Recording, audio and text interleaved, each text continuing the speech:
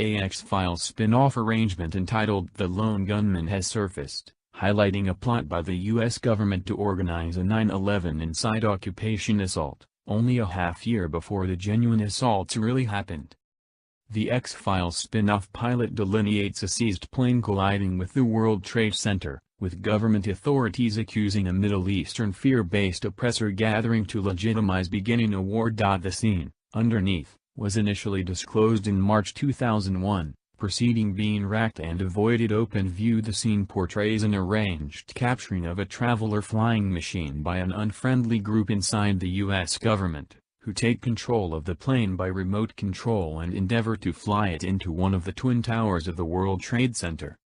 The clarification given for this false hail operation is given beneath by the John Byers dad, Bertram, an administration insider who knows reality around 9/11, however is excessively frightened, making it impossible to open up to the world about the data. John Byers, what is Scenario 12D? We know it's a war diversion situation, that it needs to do with aircraft counter-fear-based oppression. Why is it sufficiently critical to murder for Bertram Byers? Because it's not anymore a diversion. John Byers, but in the event that a psychological militant gathering needs to showcase the situation, at that point why target you for death? Bertram Byers, depends on who your psychological militants are.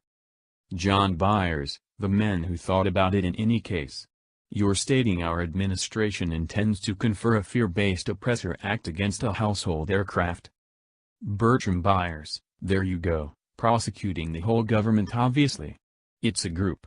A little group. John Byers, for what conceivable pickup? Bertram Byers, the Cold War's finished, John. Yet, with no unmistakable foe to reserve it against, the arms advertises level. In any case, cut down a completely stacked 727 into the center of New York City, and you'll locate 12 tin-pot despots everywhere throughout the world simply clamoring to assume liability, and asking to be brilliant besieged. John Byers, I can't trust it. This is tied in with expanding arms deals. John Byers, how are you going to stop them?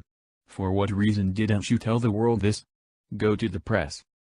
Bertram Byers, you think despite everything I'd be drawing breath 30 minutes after I decided? The press.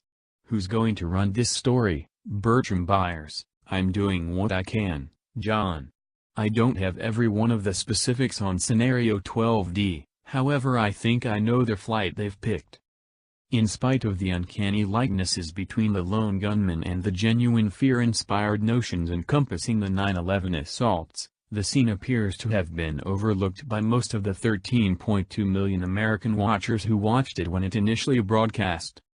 Strangely enough, U.S. government authorities including President George W. Bush put forth open expressions after 9/11 guaranteeing they would never have envisioned that fear-based oppressors would seize planes and fly them into structures.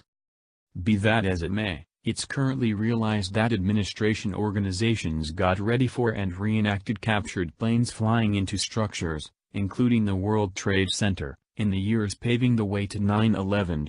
NORAD had drills of planes being utilized as weapons, and the FAA was cautioned as right on time as 1998 that Al-Qaeda may try to capture a business stream and hammer it into a U.S. point of interest.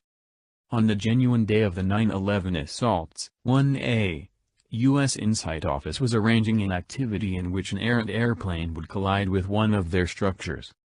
With these frightfully precise conjectures of a 9/11-style assault by means of U.S. insight organizations, government authorities, and our media in the years paving the way to September 11, could the assaults have been arranged from the start?